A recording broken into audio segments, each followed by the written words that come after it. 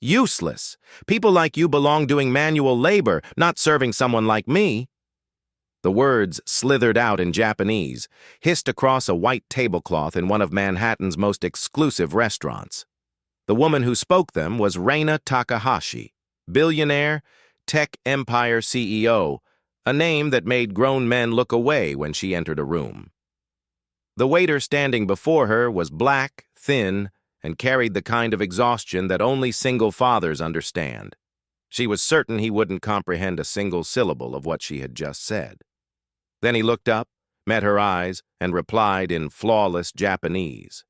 And in that moment, everything she thought she knew about power came crashing down.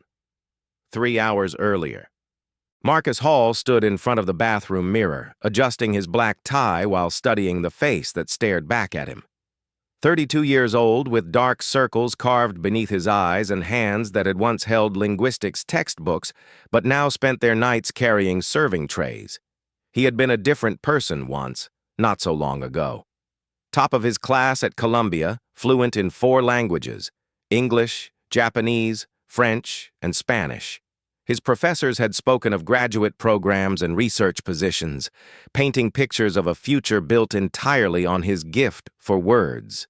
Then Sarah died, and all those pictures burned to ash. A car accident on a rainy Tuesday afternoon had reduced his entire world to a single phone call. He dropped out 3 credits shy of graduation, sold the car they had bought together, and moved into a 1-bedroom apartment in Brooklyn that smelled of old paint and quiet desperation. The first job that would pay enough to keep the lights on was night shifts at Le Lumiere, one of the most exclusive restaurants in New York City. That was 4 years ago, and now his entire world fit into 700 square feet and one small person. "Daddy?" Marcus turned to find Lily standing in the doorway, clutching a piece of paper against her chest. 6 years old, with her mother's eyes and his own stubborn chin, she was the only thing that made any of this bearable. "What's that, baby girl?" She held up the drawing with the solemnity of a child presenting a masterpiece. 2 stick figures stood beneath a yellow sun, one tall, one small, and above them, wobbly Japanese characters spelled out, "It says I love Daddy," Lily announced proudly, her face glowing with anticipation. "Did I write it right?" Marcus knelt down and examined the characters with exaggerated seriousness, the way he always did during their morning Japanese lessons. Those lessons had become his favorite part of each day, a small ritual that kept his mind sharp and Sarah's memory alive. She had loved languages too, had been the one who first encouraged him to study Japanese, and teaching Lily felt like keeping a promise he had never formally made. "Almost perfect," he said, pointing to one of the characters. "The second stroke on love should go the other way, but I can read it clearly, and I love you too." Lily beamed at him, but her smile faded almost immediately into something more fragile. "Do you have to go to work?" "I do, sweetheart. But you always go when I'm sleeping, and you come back when I'm sleeping too. I never get to see you anymore." The words landed in Marcus's chest like small stones. He pulled her close, breathing in the strawberry scent of her shampoo, and wished for the 1,000th time that things could be different. "I know it's hard," he said softly. "But Daddy has to work so we can keep our apartment and so you can go to school. It's how we get to have our Japanese lessons every morning. I don't like it. I don't like it either, baby girl. But sometimes we have to do hard things, even when they hurt." He kissed her forehead and stood up, his eyes drifting to the kitchen table where a stack of envelopes waited like patient executioners. Rent was 2 weeks overdue, the electric bill had arrived with final notice stamped across the front, and Lily's preschool tuition remained unpaid for the month. Each envelope represented a choice he couldn't afford to make, a sacrifice he couldn't afford to skip. He needed this job. He needed every single shift they would give him. Mrs. Patterson from next door arrived at 6 o'clock sharp to watch Lily, the same as she did every night Marcus worked. She was 73 years old, half-deaf, and charged $20 a night, all that Marcus could afford, and probably less than she deserved. She settled into the couch with her knitting while Lily curled up beside her, already drowsy. "I'll be back before she wakes up," Marcus promised from the doorway. "You always are, honey. Go on now, don't be late." Marcus took one last look at his daughter, watching her eyes flutter closed with the drawing still clutched in her small hand. Then he stepped into the hallway, closed the door quietly behind him, and headed out into the night. La Lumiere occupied the entire top floor of a building that overlooked Central Park, the kind of place where the elevator ride alone cost more than Marcus made in a month. Everything inside had been designed to make ordinary people feel small, the soaring ceilings that seemed to stretch toward heaven, the hushed voices that floated like whispers in a cathedral, the waitstaff who glided between tables like ghosts afraid to disturb the living. Marcus had learned to be invisible here, had perfected the art of existing without being seen. It was safer that way, easier to survive. The wealthy clients who dined at La Lumiere rarely acknowledged the people who served them, preferring instead to see uniforms and functions rather than human beings. Some were polite in the distant way that people are polite to furniture. Most were simply indifferent, their eyes sliding past him as though he were made of glass. A few, however, were deliberately cruel, and Marcus had experienced every variation of that cruelty over the past 4 years. He had been called names that would have started fights in any other context. He had watched drinks thrown at colleagues for imaginary offenses. He had endured a woman snapping her fingers at him as though summoning a dog. He had swallowed every insult, absorbed every humiliation, because that was what the job required. Because Lily needed new shoes, and the landlord didn't accept dignity as a form of payment. Tonight, however, the restaurant buzzed with an unusual tension that Marcus noticed the moment he walked into the staff room. The other servers had gathered in corners, their voices reduced to anxious whispers, and the air itself seemed to vibrate with nervous energy. Gerald, the floor manager, spotted Marcus immediately and hurried over with the desperate relief of a drowning man spotting a life raft. Gerald was a nervous man in his 50s who perpetually sweated through his shirts and lived in constant fear of negative reviews. "Hall, thank God you're here. We have a situation." "What kind of situation?" "VIP tonight in the private dining room. Raina Takahashi." The name dropped into the conversation like a stone into still water, sending ripples of unease through Marcus's stomach. Everyone in the service industry knew that name and the reputation attached to it. Raina Takahashi was the CEO of Takahashi Industries, a tech billionaire who appeared regularly on Forbes lists and in the nightmares of restaurant workers across Manhattan. 3 servers had been fired after serving her table at various establishments, not because they had made actual mistakes, but because she had decided they had. "She specifically requested a male server," Gerald continued, his voice tight with barely contained panic. "Something about professionalism.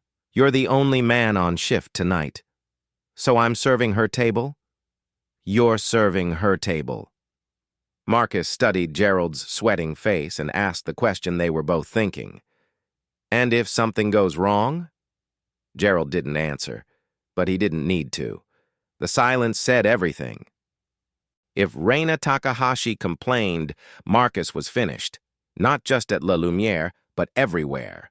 Her influence stretched across the entire hospitality industry in Manhattan like a spider's web, and one word from her could get him blacklisted from every restaurant that mattered. No job meant no rent meant no apartment, and no apartment meant consequences too terrible to contemplate. He stopped himself from following that thought to its conclusion. "I'll handle it," Marcus said, and he almost believed it. She arrived at exactly 8 o'clock, sweeping through the restaurant like a general inspecting conquered territory. Her black suit was tailored so perfectly it might have been painted onto her body, and her hair was pulled back with a severity that looked almost painful. Her eyes moved across the room with cold efficiency, assessing and dismissing everything they touched in the same glance. Behind her trailed an entourage of obvious importance, a nervous assistant clutching a tablet like a shield, two men in expensive suits who could have been lawyers or bodyguards, and a silver-haired woman Marcus recognized from the covers of business magazines. These were industry partners, people whose names appeared in headlines and whose decisions moved markets. The private dining room had been prepared with military precision, every detail attended to with obsessive care. Fresh flowers arranged just so, the temperature set to exactly 70 degrees. Specific brands of water waiting on the sideboard in both still and sparkling varieties. Nothing had been left to chance because with a client like Raina Takahashi, chance was just another word for disaster. Marcus took his position against the wall, back straight, face carefully neutral, doing his best to become part of the furniture, invisible, forgettable, safe. Raina's gaze swept the room and landed on him with the weight of a physical blow. Something flickered in her expression, displeasure, quickly masked behind a wall of professional composure, and she turned to murmur something to her assistant in rapid Japanese. "Why did they assign someone like him to serve us?" Her tone carried the kind of dismissive boredom usually reserved for complaining about weather or traffic, as though his presence were an inconvenience roughly equivalent to a coffee stain on the tablecloth.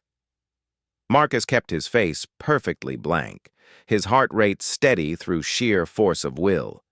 He had understood every word, but she would never know that, not unless she gave him a reason to reveal it. The party settled into their seats, and Marcus began the intricate choreography he had perfected over 4 years of service. Water poured at the precise angle, bread presented with practiced grace, the evening's menu explained in tones that conveyed information without demanding attention. His movements were economical and precise, his voice calm and measured, and for the first hour everything proceeded without incident. Then at 9:15 the careful balance shattered. Marcus approached the table with a crystal pitcher to refill water glasses, moving with the deliberate care he always employed around VIP guests. He leaned slightly to reach Raina's glass, his body angled to minimize intrusion, when one of the lawyers shifted his chair backward without warning or apology. The chair struck Marcus's arm with enough force to jar his grip. The pitcher tilted, and 3 drops of water, no more than that, barely enough to notice, landed on the sleeve of Raina's jacket. 3 drops, worth perhaps a fraction of a penny, on a sleeve that probably cost $3,000. Raina looked at her arm with an expression of theatrical disgust, then raised her eyes to Marcus's face. The temperature in her gaze dropped to something approaching absolute zero. She leaned toward him, close enough that only he could hear, and unleashed a torrent of Japanese that dripped with decades of accumulated contempt. "You clumsy fool. Completely useless.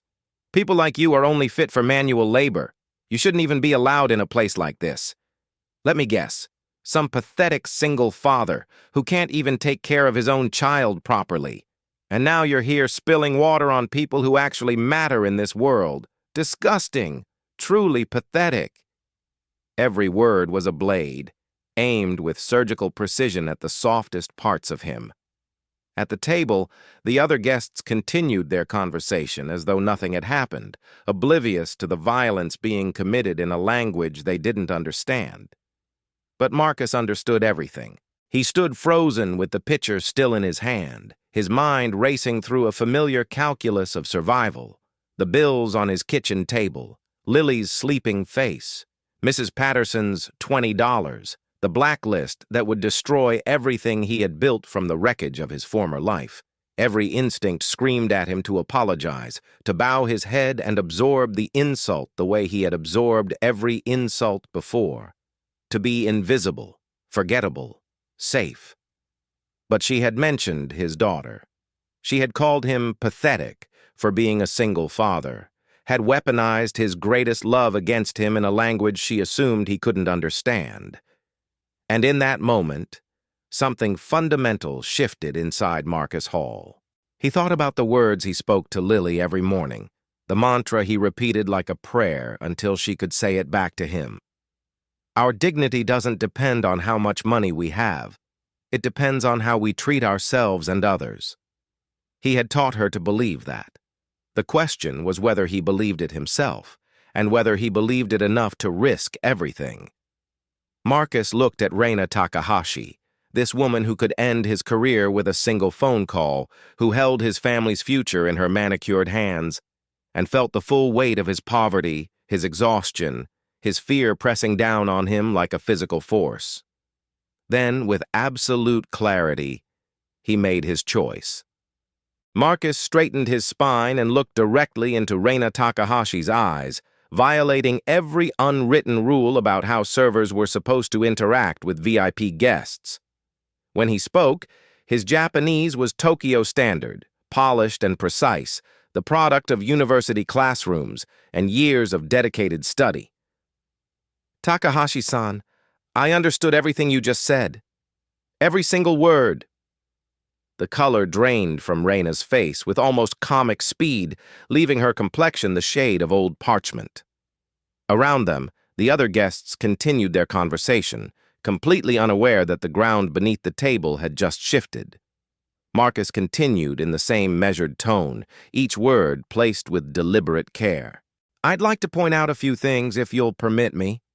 First, you use the wrong honorific form when referring to me, a grammatical error that anyone with a proper Japanese education would never make. Second, you insulted my daughter without knowing the first thing about her. She's 6 years old and she's learning Japanese. This morning, she drew me a picture with the words, "I love Daddy," written in hiragana. And she's the entire reason I'm standing here tonight, serving people like you, swallowing insults so I can afford to pay for her schooling. Raina's lips parted slightly, but no sound emerged. For perhaps the first time in years, she had been rendered completely speechless. Third, Marcus continued, I didn't spill the water. The gentleman beside you pushed his chair into my arm without looking. But you didn't notice that, did you? You saw what you expected to see? A black man making a mistake that confirmed everything you already believed about people who look like me. The silver-haired woman at the far end of the table had stopped talking mid-sentence, her attention drawn by something in the air that she couldn't quite identify. She stared at Marcus now, sensing that something seismic was unfolding just beyond her comprehension. But what matters most is this. Marcus set the water pitcher down on the sideboard with careful precision, his movements unhurried and deliberate. My dignity is not for sale, not to you, not to anyone, not at any price. Being a single father is not a weakness to be mocked. Working this job is not a shame to be exploited. The only shameful thing in this room tonight is judging another person's worth by the color of their skin or the size of their bank account. He offered a small bow, proper and correct, the kind that conveyed respect without a trace of submission. I apologize sincerely for the water on your sleeve, but I will never apologize for who I am. Silence descended on the private dining room like a heavy curtain falling. The silver-haired woman sat frozen with her glass halfway to her lips. The lawyers had abandoned all pretense of checking their phones. Even Raina's assistant, who had been typing furiously on her tablet throughout dinner, sat motionless with her fingers suspended above the keys. And Raina Takahashi, the woman whose name made CEOs stammer and board members break into cold sweats, sat in perfect stillness, her expression impossible to read. The moment stretched until it seemed like time itself might snap. Then Gerald burst through the door like a man fleeing a burning building. The floor manager had been watching through the window, and his face had turned the color of old newspaper. Sweat stains had spread across his shirt like continents, forming on a map of anxiety. Mr. Hall. His voice cracked on the name. A word outside. Now. Marcus followed him into the hallway, feeling every pair of eyes in the room tracking his departure like searchlights following an escaped prisoner. The hallway outside the private dining room existed in a different universe, one where the air tasted like fear and the walls seemed to press inward with judgment. Gerald paced in tight, frantic circles, running trembling hands through what little remained of his hair. "Do you have any idea what you've just done?" The words emerged as a hiss, barely controlled. "That woman could buy this entire restaurant and fire every single one of us before she finishes her breakfast tomorrow. She could make one phone call, just one, and you would never work in this city again. In any city." Marcus stood with his hands clasped behind his back, willing his pounding heart to slow. His voice, when he found it, came out remarkably calm. "She insulted me. She insulted my daughter. I responded with the truth." "You responded? You responded?" Gerald's voice climbed toward hysteria. "You were supposed to apologize. You were supposed to bow and scrape and thank her for the incredible privilege of being humiliated. That's how this works. That's how it has always worked. Then maybe how it works is wrong."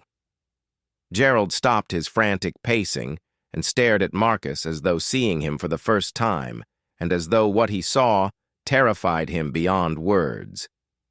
"You're suspended, effective immediately. Go home. I'll call you when, if, we figure out how to handle the aftermath of this disaster." Suspended. "It's the best I can do, and probably more than you deserve. If she complains, when she complains, the owners are going to demand blood. Consider this me trying to protect whatever's left of your career." Marcus untied his apron with steady hands, folded it neatly, and set it on a nearby table. "You're not protecting me, Gerald. You're protecting the restaurant. There's a world of difference between those two things." He walked toward the service elevator without looking back. Gerald's muttered commentary about careers and professional suicide fading behind him like radio static. The elevator arrived with a soft chime, the doors sliding open to reveal his own reflection in the polished metal walls. He looked tired in that reflection. He looked scared. But somewhere beneath the exhaustion and the fear, he also looked like a man who had remembered something essential about himself, something he had almost allowed the world to strip away. The elevator reached the ground floor and released him into the cold New York night. Marcus stepped onto the sidewalk, technically unemployed, profoundly uncertain about what came next, but standing straighter than he had in 4 long years. The apartment was silent when Marcus arrived home, filled with the particular quiet of sleeping children and tired old women. Mrs. Patterson had fallen asleep on the couch, with her knitting needles still clutched in her weathered hands, and Marcus paid her the $20 he couldn't really afford before helping her gently to the door. "Everything all right, honey?" She squinted at him through sleep-clouded eyes. "You're home much earlier than usual." "Everything's fine, Mrs. Patterson. Thank you for watching her." He closed the door behind her and stood alone in the darkness for a long moment, listening to the silence. The apartment felt smaller than it had that afternoon, the walls pressing closer, the air thick with uncertainty, and all the things he couldn't control. Marcus moved quietly down the short hallway to Lily's room. She lay curled on her side beneath her purple comforter, one arm wrapped around a stuffed elephant that had been Sarah's last gift to her. In her other hand, she still clutched the drawing, the 2 stick figures beneath the yellow sun, the wobbly Japanese characters proclaiming her love. "Papa da Hoki. I love Daddy." He knelt beside her bed and watched her breathe, counting each rise and fall of her small chest. In sleep, with her face relaxed and peaceful, she looked so much like Sarah that the resemblance made his chest ache with a grief that never quite went away. "I'm sorry, baby girl," he whispered into the darkness. "I don't know what happens next, but I promise I'll figure it out. I always figure it out." Lily stirred slightly but didn't wake, her fingers tightening around the drawing as though it were a lifeline. Marcus pulled her blanket up to her chin, brushed a kiss across her forehead, and left the room as quietly as he had entered. In the kitchen, the stack of bills waited on the table with patient malevolence. Marcus sat down and spread them out one by one, forcing himself to confront the numbers. Rent, $800 overdue and counting. Electric, $147, final notice before disconnection. Preschool tuition, $350 due by Friday or Lily would lose her spot. Almost $1,300 in immediate debts, $62 in his checking account. Marcus lowered his head into his hands and felt, for the first time in 4 years, the complete absence of a plan. No backup strategy, no safety net, no clever solution waiting to be discovered. He had defended his dignity, had stood up for himself and his daughter in a way he could be proud of, and it might very well cost him everything. Across Manhattan, in a penthouse apartment that commanded views of the glittering city in every direction, Raina Takahashi discovered that she could not sleep. She stood at her floor-to-ceiling windows with a glass of expensive whiskey untouched in her hand, staring at the lights spread below her like scattered diamonds. The waiter's words kept echoing through her mind, refusing to fade into background noise the way other people's words always did. My dignity is not for sale. Something about the way he had spoken, the steadiness in his voice, the absolute refusal to bend or break. Something about his eyes, exhausted beyond measure, yet somehow unbroken, unbowed. She had seen eyes like that before, in a mirror, 20 years and a lifetime ago.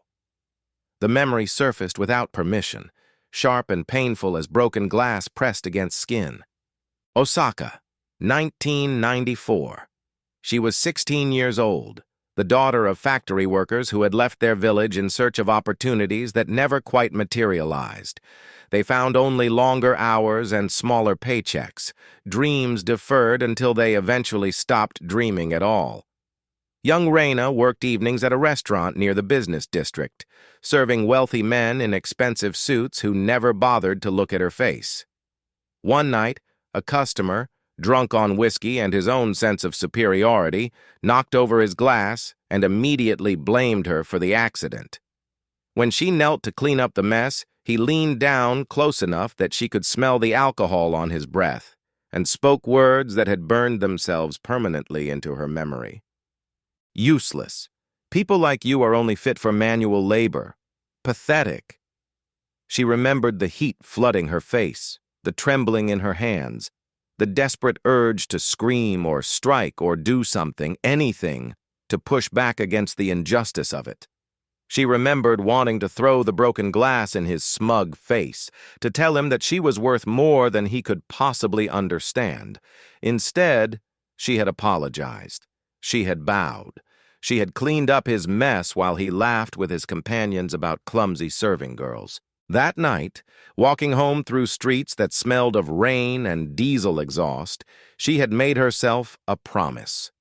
She would become so rich, so powerful, so untouchable, that no one would ever dare speak to her that way again.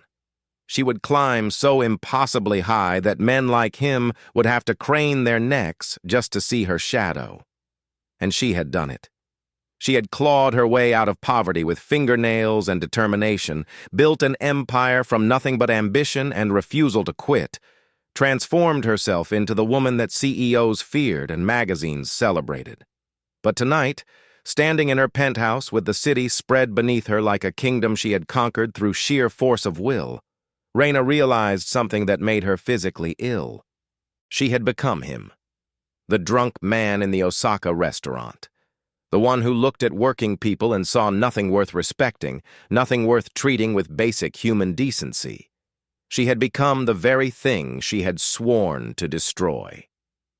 The whiskey glass trembled in her hand, and she set it down carefully before she could drop it and shatter something else. The waiter's face floated in her memory. Marcus. Someone had called him Marcus during the commotion. A linguistics student who had abandoned his education. A single father working night shifts so his daughter could attend school. A man who had looked at one of the most powerful women in New York City and flatly refused to be diminished. Raina walked to her desk and picked up her phone, dialing a number she knew would be answered regardless of the hour. Catherine! Her assistant's voice was alert despite the late hour, trained through years of service to be available whenever needed. I need you to find someone for me. His name is Marcus, and he works. He worked at Le Lumiere. I want his full name and address on my desk by 7 a.m. sharp." She ended the call without waiting for confirmation and returned to the window, staring out at the lights of the city she had worked so hard to conquer. Tomorrow, she would attempt something she hadn't done in over 20 years. Tomorrow, she would try to make things right. The knock came at 8 in the morning. Marcus had been awake all night, sitting at the kitchen table and staring at numbers that steadfastly refused to add up no matter how many times he rearranged them. Lily was still asleep in her room, innocent of the disaster unfolding around her, and he wanted to preserve that innocence for as long as possible. He opened the door to find a young woman in a crisp gray suit standing in the hallway. Everything about her projected an air of absolute certainty, from her perfect posture to her unwavering gaze. She looked like someone who had never experienced a moment of genuine uncertainty in her entire life. "Mr. Hall? Mr. Marcus Hall?" "That's me." She extended her hand, offering a cream-colored envelope and a business card made of paper so thick and expensive it felt more like fabric than cardstock. "Ms. Takahashi requests your presence at Takahashi Industries headquarters this morning, 10 a.m. A car will be waiting downstairs at 9:30, should you choose to accept the invitation." Before Marcus could formulate a response, she turned and walked away, her heels clicking a precise rhythm against the hallway floor until she disappeared around the corner. He closed the door slowly and examined the envelope in his hands. His name was written on the front in elegant script, the kind of handwriting that suggested expensive education and careful attention to detail. Inside was a single card bearing an address on Fifth Avenue and one handwritten line: "This is not revenge. This is a conversation." Marcus read those 7 words 3 times, trying to decode their meaning. His mind cycled through possibilities, a trap designed to humiliate him further, a legal threat wrapped in polite packaging, some elaborate power play intended to remind him of his place in the world. But something about the handwriting itself gave him pause. The letters were careful, almost hesitant, with none of the bold confidence he would have expected from the cold, commanding woman who had insulted him the night before. Behind him, the soft sound of small footsteps announced Lily's arrival in the kitchen. "Daddy?" She stood in the hallway entrance, rubbing sleep from her eyes with both fists. "You're still here. You never went to sleep." Marcus turned and smiled, sliding the envelope behind his back with a casual movement. "I'm here, baby girl. I'll always be here." "Promise?" "Promise." He looked at his daughter, this small person who was the reason he had endured every insult, worked every exhausting overnight shift, swallowed every piece of his pride for 4 long years. Then he looked at the envelope hidden in his hand, feeling its weight like a question waiting to be answered. Whatever Raina Takahashi wanted from him, he would face it directly. Not because he trusted her intentions, but because he had already lost his job, already lost his safety net, already lost everything except his dignity. And that, he had decided once and for all, was no longer up for negotiation. The black car waiting outside Marcus's building was worth more than everything he owned combined. The driver opened the rear door without speaking, and Marcus slid onto leather seats that probably cost more than his annual rent at Le Lumiere. He had left Lily in Mrs. Patterson's capable hands, promising to return before lunch. The elderly woman had studied his face with obvious concern, but asked no questions. She had seen the sleepless night written in his features and knew him well enough to recognize when words wouldn't help. The drive to Fifth Avenue took 20 minutes through morning traffic, and Marcus spent every one of them staring out the tinted windows. He watched the city transform around him, the crumbling Brooklyn walk-ups giving way to gleaming Manhattan towers, 2 worlds separated by a river and a lifetime of accumulated wealth. The distance between where he lived and where he was going could be measured in miles, but it felt more like the span between different planets. Takahashi Industries occupied a glass building, that seemed to pierce the sky like an accusation, its surface reflecting clouds and ambition in equal measure. The lobby alone was larger than Marcus's entire apartment building, all marble floors and soaring ceilings and the kind of hushed atmosphere that made visitors automatically lower their voices. Security guards nodded respectfully as he approached the reception desk, clearly expecting him. "Mr. Hall, 50th floor. Ms. Takahashi is waiting for you." The elevator rose in perfect silence, the numbers climbing on the display panel like a countdown to something Marcus couldn't quite name. He thought about all the ways this meeting could go wrong: lawyers presenting cease and desist orders, threats delivered with corporate politeness, some elaborate scheme designed to punish him for his moment of defiance. But he had made his choice in that restaurant, and whatever came next, he would face it on his feet. The doors opened onto a floor of polished marble and floor-to-ceiling windows that framed Manhattan like a painting worth billions. The assistant from that morning appeared instantly, materializing at his elbow to guide him through a maze of glass-walled offices toward a corner suite that commanded views in every direction. Raina Takahashi sat behind a desk made of dark wood and polished chrome, but in the morning light filtering through the windows, she looked profoundly different from the woman he had confronted the night before. Smaller somehow, less armored, more human.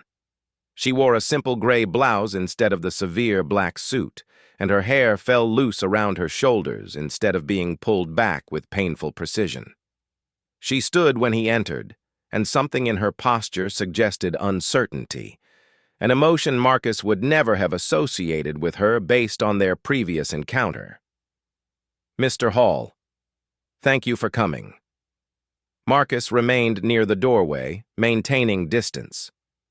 "Your note said this isn't revenge. I'm here to find out what it actually is." Raina gestured toward a chair positioned across from her desk, but Marcus made no move to sit. She nodded slowly, as though she had expected exactly that response. "I owe you an apology," she said, and the words seemed to cost her something. "What I said to you last night was inexcusable.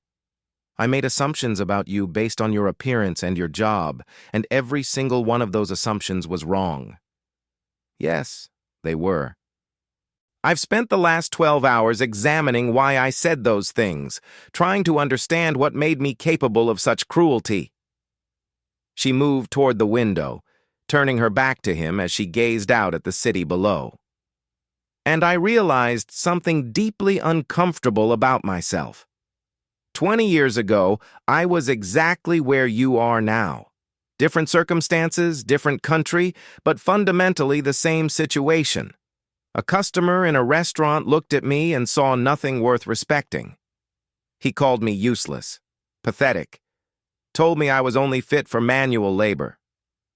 She turned to face him, and Marcus saw something raw and unguarded in her expression. "I swore that night that I would become so powerful that no one would ever dare speak to me that way again. And I succeeded. I built everything I dreamed of building. But somewhere along the way, without ever noticing it happening, I became the exact person I had sworn to destroy." Marcus studied her face carefully, searching for signs of manipulation or performance. He found neither. What he saw instead was the uncomfortable honesty of someone confronting an ugly truth about themselves for the first time. "You looked at me last night," Raina continued, "and you didn't bow. You didn't apologize for existing. You told me I was wrong, and you were absolutely right about everything. I haven't been able to stop thinking about it since. What exactly do you want from me?" "I want to offer you a job." The words hung suspended in the air between them, completely unexpected. Marcus had prepared himself for many possible outcomes of this meeting. This was not among them. Raina returned to her desk and picked up a folder thick with documents. "I did extensive research this morning. You studied linguistics at Columbia University, where you were at the top of your class before circumstances forced you to leave. You're fluent in 4 languages: Japanese, French, Spanish, and English. You possess exactly the combination of skills that my company desperately needs." She opened the folder and began reading. "I'm offering you a position as International Translation and Coordination Director. You would serve as the primary bridge between our offices in Tokyo, Paris, and New York, facilitating communication across languages and cultures." She looked up to meet his eyes. "The salary is $120,000 annually, plus comprehensive benefits, full health insurance coverage for you and your daughter, and the schedule would be flexible enough that you could take her to school every morning and have dinner with her every evening." $120,000, 5 times what he had earned at Le Lumiere, enough to pay every bill on his kitchen table and never worry about them again. Enough to give Lily a real childhood with a father who was actually present instead of a ghost who appeared and disappeared while she slept. It was everything he needed, and it was being offered by the woman who had humiliated him less than 24 hours ago. "Why?" Marcus asked, genuine confusion cutting through his caution. "You could find dozens of qualified candidates for this position, people with completed degrees, people who didn't embarrass you in front of your business partners." "Because I don't need someone who will tell me what I want to hear. I have an entire company full of those people already. What I need is someone who will tell me the truth, even when the truth is uncomfortable." Raina closed the folder and set it aside.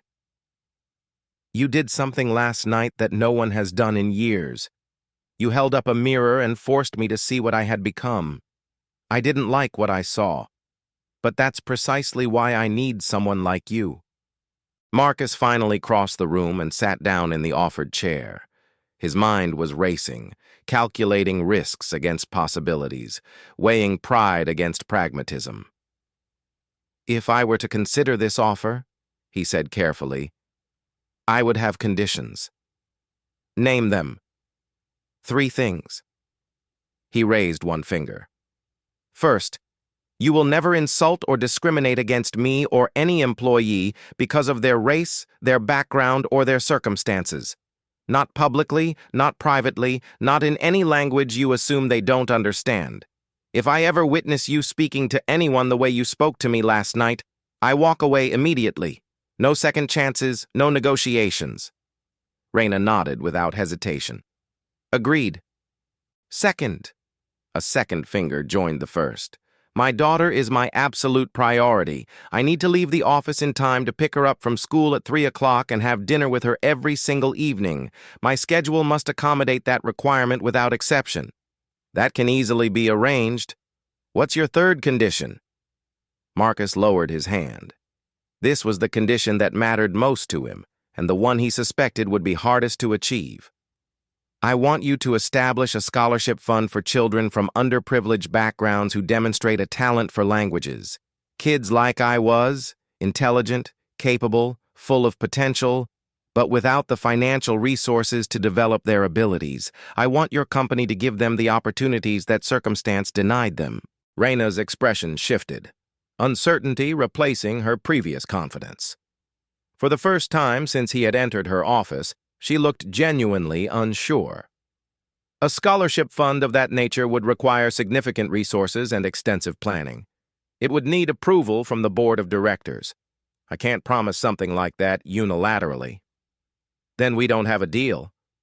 Marcus stood, preparing to leave. He had anticipated this moment during the elevator ride up, had made peace with the possibility that his principles would cost him this opportunity. Some things were simply worth more than money. "Mr. Hall, please wait." He stopped walking, but didn't turn around. "I cannot promise that the board will approve it immediately," Raina said, her voice carrying a note of genuine appeal. "These things require time, politics, persuasion, building consensus. It could take 6 months to achieve. It could take a full year, possibly longer." She came around her desk to face him directly. "But I can promise you this much. I will personally advocate for that fund in every board meeting. I will fight for it until it becomes reality, no matter how long it takes or how much resistance I encounter. You have my word. Your word."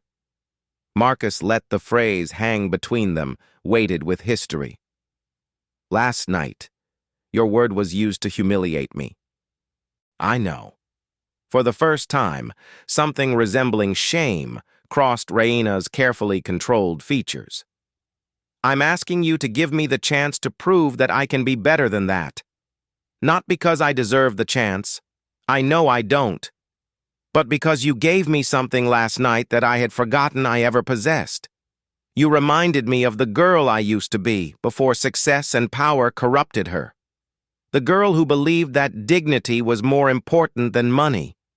Marcus turned to study her face, looking for deception, and finding only the raw vulnerability of someone standing at a crossroads. He thought about Lily asleep with her drawing, about Sarah who had always believed fiercely in people's capacity for change, about all the nights he had swallowed his pride to keep a job that had slowly eroded his sense of self.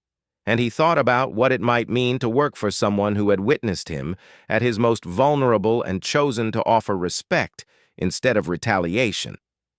I'll try, he said finally. But understand this clearly. The moment you break your word, I'm gone. Raina extended her hand, and Marcus saw that it trembled slightly. Fair enough? They shook, her grip firm and her eyes steady despite the slight tremor. When can you start? Monday. I'm going to spend this weekend with my daughter. 3 years later. The conference room on the 50th floor was alive with screens showing faces from 3 different continents. Tokyo glowed with early morning light, Paris sparkled with afternoon sun, and New York hummed with mid-morning energy. Marcus moved between languages like water flowing between stones, Japanese for the Tokyo team, French for the Parisian office, English to weave it all together into coherent strategy. He had grown into this role in ways he never could have predicted during that desperate night when he sat at his kitchen table, staring at bills he couldn't pay. The exhausted single father who once carried serving trays now led international negotiations that shaped the company's future. The man who had been called useless had become genuinely indispensable. But some things remained exactly as they had always been. Every day at 3 o'clock, regardless of what meeting was scheduled or what crisis was unfolding, Marcus left the office to pick up Lily from school. Every evening, they had dinner together at their kitchen table, a nicer table now in a larger apartment, but the ritual remained sacred. And every morning they still practiced Japanese together, though these days Lily corrected his pronunciation more often than he corrected hers. She was 9 years old now, sharp and curious, and increasingly fluent in both Japanese and the French she had recently started learning. She had Sarah's eyes and her father's stubborn chin, and she carried a growing understanding that Marcus had given her something more valuable than the comfortable life they now enjoyed. The unshakable knowledge that dignity was never negotiable, no matter the price offered. The scholarship ceremony took place in a ballroom that Raina had personally selected for the occasion, a space grand enough to honor the magnitude of what they had built. 30 children sat in the front rows with their families gathered behind them, families who had never imagined seeing their children's names printed on scholarship certificates, whose entire worlds had been transformed by a fund that had nearly failed to exist at all. The fund had required 11 months to establish, exactly as Raina had predicted. She had fought for it through 7 contentious board meetings, overcoming resistance from executives who saw no profit margin in helping underprivileged children learn foreign languages. She had alternately threatened and persuaded, cajoled and demanded, until finally she had won. Now she stood at the podium, announcing the name that would be attached to this fund for as long as it existed, the Marcus Hall Scholarship Foundation. Marcus sat in the second row with Lily beside him, close enough to see the emotion flickering across Raina's face as she spoke. When she said his name, Lily tugged at his sleeve with wide, wondering eyes. "Daddy," she whispered, "did you know they named it after you?" "I knew. Are you proud?" Marcus looked at the 30 children receiving scholarships, young people who reminded him viscerally of himself at their age, bursting with potential that poverty had tried its best to bury. He looked at Raina, who had somehow transformed from a woman who insulted strangers into someone who fought board meetings to fund their futures. And he looked at Lily, who had spent 3 years watching her father refuse to be diminished by anyone. "I'm proud of you," he told her, squeezing her hand gently. "Always have been, always will be." After the ceremony concluded and the families had departed with their scholarship letters, Raina found Marcus standing alone by the windows. The city sprawled below them, a vast maze of lights and shadows and 8 million separate stories. "Thank you," she said quietly, coming to stand beside him. "For what? For refusing to stay silent that night in the restaurant? For giving me the opportunity to become someone better than I was?" She gazed out at the same view he was contemplating. "You could have walked away so easily. Most people certainly would have." Marcus considered her words for a long moment before responding. 3 years ago, you asked me why I didn't bow when you insulted me. I told you my dignity wasn't for sale, but that wasn't the complete truth." He turned to face her directly. "The complete truth is that I wanted desperately to bow. I wanted to apologize and keep my job and go home to my daughter as if nothing had happened. It would have been so much easier, so much safer. But I couldn't stop thinking about what I would tell Lily someday when she asked me what I did when someone tried to take my dignity away. And I realized I couldn't teach her to stand up for herself if I didn't know how to stand up for myself." Raina nodded slowly, absorbing his words. "You didn't actually change me," she said. "You simply reminded me of who I was always supposed to be. I had forgotten her completely somewhere along the way." "That's all any of us can really do for each other," Marcus replied. "Remind each other of who we're supposed to be." They stood together in comfortable silence, two people who had somehow navigated from a moment of cruelty to something that resembled genuine redemption. "Daddy!" Lily materialized at his elbow, practically vibrating with barely contained energy. "Can we get ice cream now? You promised we could." Marcus smiled, a real unguarded smile, the kind that had become wonderfully frequent over the past 3 years. "I did promise. Let's go." He took his daughter's hand and walked with her toward the elevator. At the doorway, he paused and looked back at Raina one final time. "See you Monday." "See you Monday, Marcus." The elevator doors closed, and father and daughter began their descent through the gleaming tower, leaving behind the rarefied world of power and money for something far simpler. Ice cream on a beautiful evening, time together that could never be bought or sold, and the quiet certainty that some things would always be worth more than any salary. People often say that dignity is a luxury the poor cannot afford to indulge in. But Marcus Hall had learned something profoundly different through his journey from that restaurant to this moment. Dignity doesn't depend on money or status or the opinions of people who think they're better than you. It depends entirely on whether you possess the courage to stand up when the world is trying its hardest to push you down. And sometimes, just sometimes, the person that others underestimate the most turns out to be the one capable of changing everything.